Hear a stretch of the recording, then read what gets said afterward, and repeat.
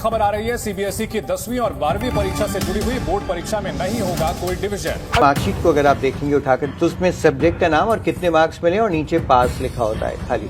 Hello, अब कोई नहीं होगा फेल। क्या बात करते हो सर, बार बार किस टाइप की न्यूज आप लेके आते हो? तो मैं आपको बताऊं, एक मैंने आरएनडी करा है, डेटा निकाला है।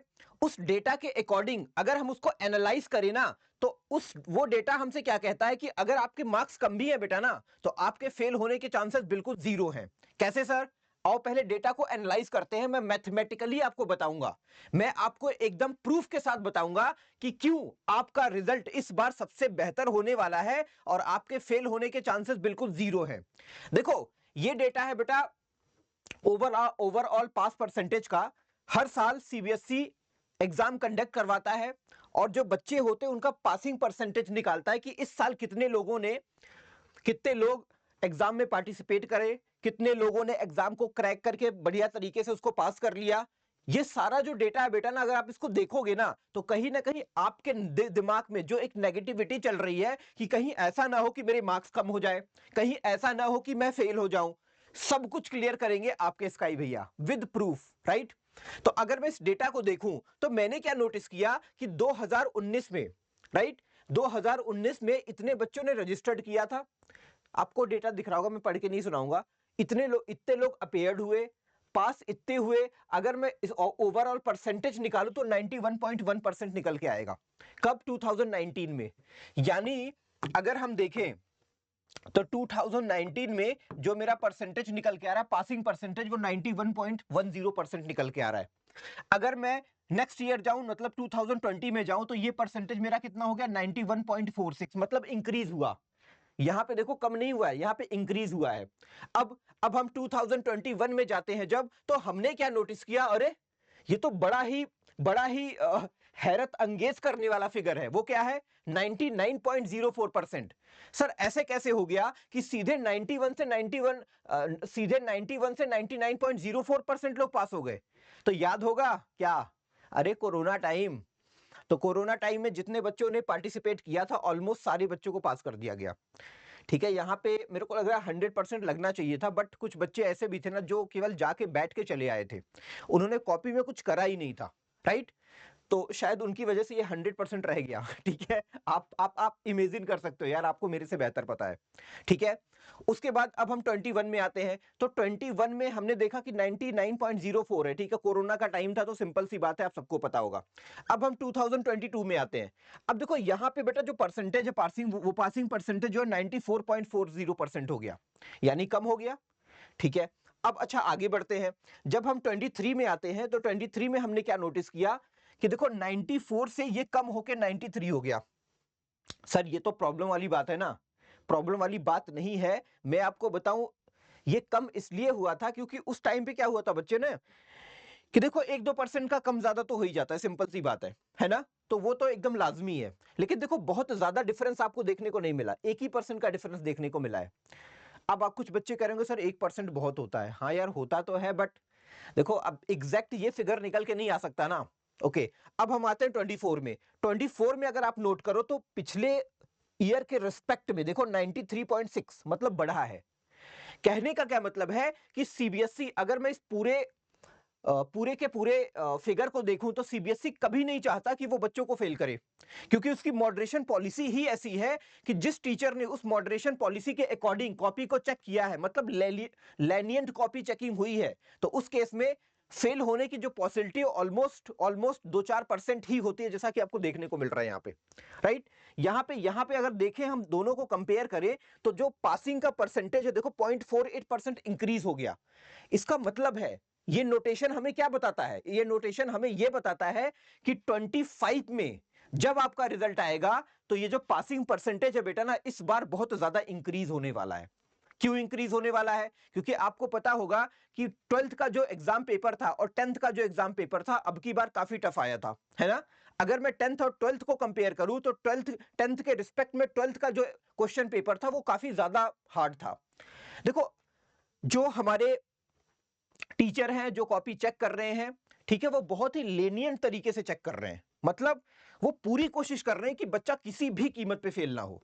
तो कहीं ना कहीं अगर ये न्यूज निकल के आ रही है, तो ये हमारे लिए बहुत ज्यादा बेनिफिशियल है। हमारे हमारे हर उस टेंशन का तोड़ है जो हमारे दिमाग में अभी जा रहा है, हमारे नेगेटिविटी को पॉजिटिविटी में कन्वर्ट करने का एक बहुत ही अच्छा साइन है। ओके, अच्छा, उसके बाद हम आते हैं, टफ पेपर था, सबको पता है। मैंने क्या बोला कि आपकी जो कॉपी हो, लेनियंट कॉपी चेकिंग हो रही है। अगर आप ये सोच रहे हो कि सर मैंने तो 30, मैंने क्वेश्चन एक सब्जेक्ट में अटेम्प्ट किया था, 33 पासिंग मार्क्स था, लेकिन मैंने ऑलमोस्ट 30 मार्क्स के आसपास किया है। तो मैं आपको बताऊं, अगर आपको सच में ये बिलीव है कि मेरा 30 मार्क्स उसमें बन रहा है और आपको ये डर है कि नहीं मैं तो उसमें फेल हो जाऊंगा, तो आप फेल बिल्कुल भी नहीं होगे, कोई पॉसिबिलिटी ही नहीं बनती। क्योंकि क्योंकि यार सीधे सीधे इंस्ट्रक्शन दिया जा रहा है, कोई छुपा के भी नहीं दिया जा रहा है कि नहीं हमने छुपा दिया। अरे नहीं, बच्चों को मत बताओ कि हम बड़े आसानी से मतलब हम कॉपी चेक कर रहे हैं, इजीली चेक कर रहे हैं, ग्रेस मार्क्स भर भर के दे रहे हैं। ये बातें पब्लिक डोमेन में डालने वाली बातें नहीं है, राइट? ठीक है, आपको तो पता ही है यार।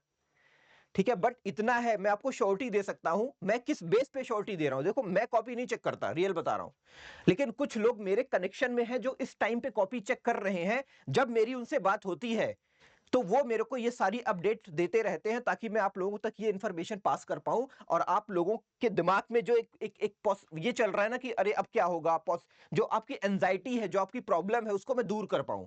इसलिए मैं टाइम टू टाइम हर दिन 1 या 2 वीडियो बनाता रहता हूं, ताकि आपको वो जो आपके अंदर नेगेटिविटी है ना, वो स्टेबल ना हो पाए, राइट?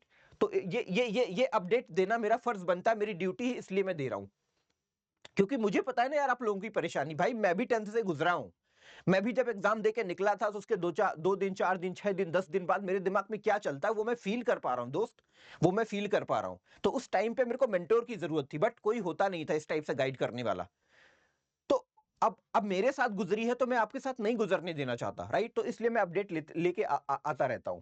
ठीक है, वो सारी चीजें लेनी। हाँ, एक चीज और बहुत अच्छा बात है, जब आपका रिजल्ट बेटा निकल के आएगा ना, तो उसमें आपका परसेंटेज शो नहीं होगा, पहली बात। दूसरा, आप नो डिवीजन भी शो नहीं होगा, नहीं होता। अरे इधर आ, क्या रिजल्ट आउट? हाँ, बता तेरे कितने परसेंटेज आए। अब पता चला यार मेरे परसेंटेज कम है, राइट? तो बताने में कितना अजीब सा लगता है ना। तो मैं आपको बताऊं, परसेंटेज शो होके नहीं आएगा। हाँ, आप निकाल सकते हो, राइट? सर परसेंटेज शो होके नहीं आएगा तो कैसे पता चलेगा? यार बेस्ट 5 सब्जेक्ट का कॉन्सेप्ट तो पता है ना, वो बता देना, है ना? वहां पे अपनी खुद की कैलकुलेशन बैठ के कर लेना। उसके बाद नो डिवीजन, फर्स्ट आए, सेकंड आए, थर्ड आए, नहीं होगा, टेंशन मत लो। ये भी आपके मार्कशीट में शो नहीं होगा, ठीक है? आपका जो रिजल्ट होगा, ये दोनों चीजें उसमें शो नहीं होने वाली है। और ये भी नहीं बताएगा कि आप फेल हो, राइट?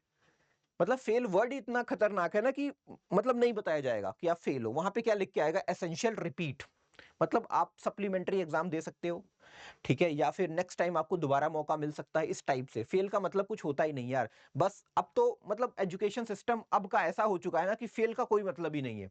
बस हाँ, अगर सच में आपके मार्क्स कम है या आपको लगता है कि मेरे को सप्लीमेंट्री एग्जाम देने की जरूरत है, मतलब वो बताएंगे रिजल्ट आएगा तो, या फिर थोड़ा सा और डिले हो जाता है, मतलब टाइम का गैप होता है। बाकी जस्टिस है यार, टेंशन मत लो, जस्टिस है, कोई परेशानी की बात वाली नहीं है, राइट? तो परेशान नहीं होना है। बाकी फर्स्ट और सेकंड डिवीजन का भी मैं आपको बताता हूँ। 50 से कम है तो आप थर्ड डिवीजन हो, 50 टू 60 है तो सेकंड डिवीजन हो, 60 टू 100 है तो फर्स्ट डिवीजन हो।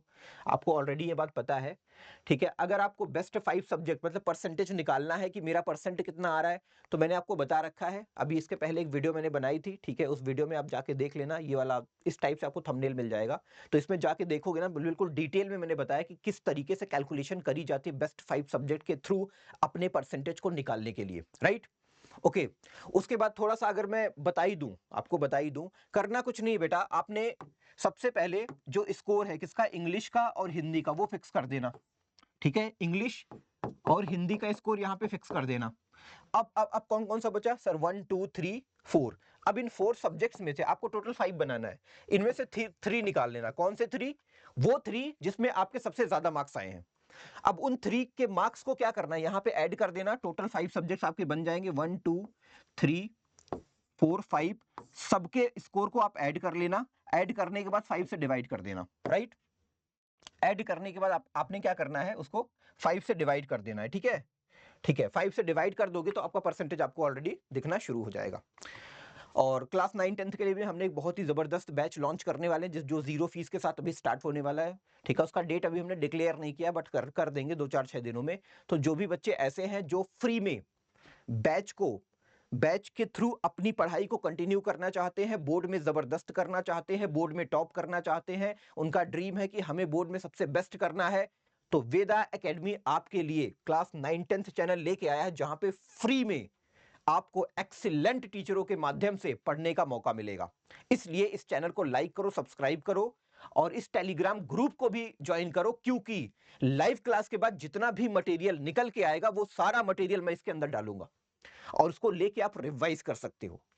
और ये सब कुछ आपके लिए फ्री में है बेटा, फ्री में मैं आपको बता रहा हूं। तो लाइक और सब्सक्राइब तो बनता है। तो मिलते हैं अगले वीडियो में। ऐसी कोई भी अपडेट अगर आती है तो आपके स्काई भैया आपके लिए खड़े हैं, आपके लिए न्यूज बनाएंगे, आपको इंफॉर्मेशन से अपडेट करेंगे, ताकि आप ज्यादा परेशान ना हो और अपना बेस्ट कर पाओ। ठीक है, ओके, बाय बेटा।